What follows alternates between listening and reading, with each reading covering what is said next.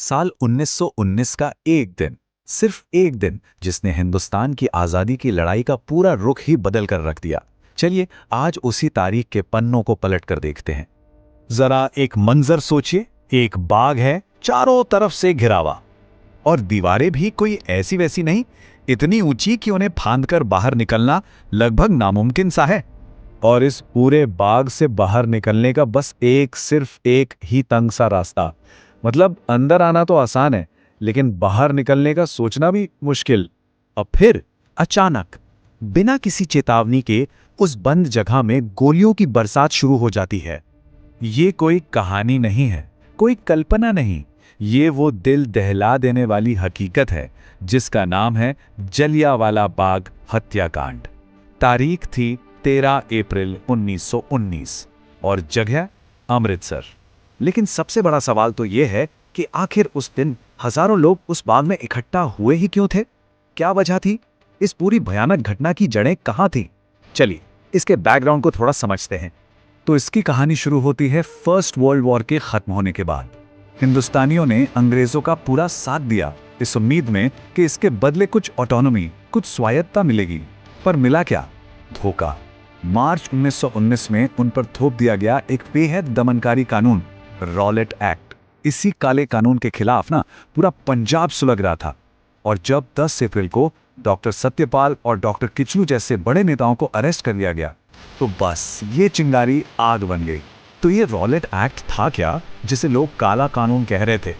देखिए, ये एक ऐसा कानून था जो ब्रिटिश हुकूमत को मतलब अनलिमिटेड पावर देता था। वो किसी भी हिंदुस्तानी को सिर्फ शक के बेसिस पर, बिना किसी ट्रायल के, बिना सुनवाई के सीधा जेल में डाल सकते थे। सोचिए, ये तो सीधे सीधे बेसिक ह्यूमन राइट्स पर एक ब्रूटल अटैक था। अब सीन पर वापस आते हैं। तारीख है 13 अप्रैल, बैसाखी का दिन। जलियांवाला बाग में हजारों की भीड़ है। इस भीड़ में हर तरह के लोग थे। कुछ लोग थे जो अपने नेताओं की गिरफ्तारी का शांतिपूर्ण विरोध करने आए थे, तो वहीं कई परिवार सिर्फ त्योहार मनाने आए थे। बच्चे, बूढ़े, औरतें, सब थे। और किसी को भी इस बात का अंदाजा नहीं था कि मौत उनके दरवाजे पर दस्तक दे चुकी है, क्योंकि जनरल डायर अपने 90 सैनिकों के साथ वहां पहुंच चुका था। और आते ही उसने सबसे पहला काम क्या किया? बाहर निकलने का वो इकलौता रास्ता बंद कर दिया। सोचिए, कोई वार्निंग नहीं, भीड़ को हटने के लिए 1 सेकंड का भी मौका नहीं दिया गया। जनरल डायर ने सीधा फायरिंग का ऑर्डर दे दिया। और फिर अगले 10 मिनट तक लगातार गोलियों की ऐसी बरसात हुई जो रुकी ही नहीं।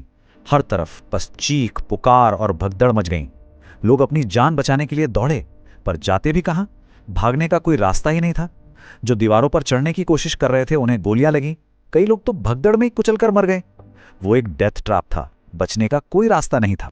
उसी बाग के अंदर एक कुआं भी था, और जब गोलियों से बचने का कोई और रास्ता नहीं दिखा, तो न जाने कितने ही लोगों ने अपनी जान बचाने की आखिरी कोशिश में उस कुएं में छलांग लगा दी।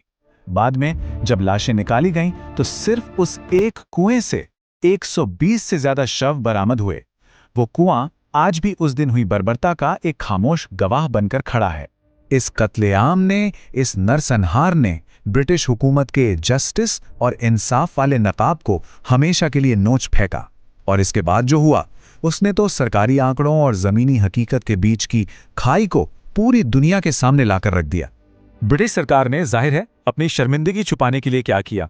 उन्होंने ऑफिशियल आंकड़ा बताया सिर्फ 379 मौतें, सिर्फ 379, जबकि गैर सरकारी अनुमान के मुताबिक उस दिन 1000 से ज्यादा, 1000 से ज्यादा बेगुनाह जानें छीन ली गई थीं। और इस सबका जिम्मेदार जनरल डायर, उसके बारे में क्या कहें? उससे अपने किए पर जरा सा भी अफसोस नहीं था, रत्ती भर भी नहीं। उसने तो उल्टा बड़ी बेशर्मी से कहा कि उसका मकसद उस निहत्ती भीड़ को सबक सिखाना था। वो चाहता था कि पूरे पंजाब में एक दहशत फैल जाए। ये बयान उसकी जालिम और घटिया सोच का सबूत था। ये एक ऐसी घटना थी जिसने आगे चलकर हिंदुस्तान के आज़ादी के आंदोलन का पूरा कैरेक्टर ही बदल दिया। अब बात सिर्फ पिटीशन देने या प्रोटेस्ट करने से बहुत आगे निकल चुकी थी। इस नरसंहार की गूंज पूरे देश में सुनाई दी। रविंद्रनाथ टैगोर ने गुस्से और विरोध में अपना नाइटहुड का सम्मान लौटा दिया। महात्मा गांधी जैसे नेता का ब्रिटिश न्याय से हमेशा हमेशा के लिए विश्वास उठ गया। अब आज़ादी की लड़ाई न सिर्फ याचिकाओं की लड़ाई नहीं रही थी, यह अब क्रोध और बलिदान की गाथा बन गई थी।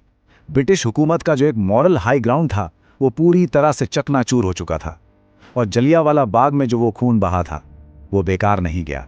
उसी खून ने पूर्ण स्वराज यानी कंप्लीट इंडिपेंडेंस की मांग की नींव को और मजबूत किया।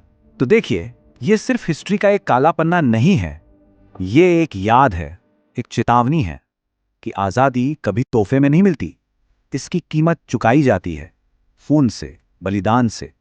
तो सवाल ये उठता है कि उस इतिहास को भूलने की क्या कीमत होती है जिसे खून से चुकाया गया हो।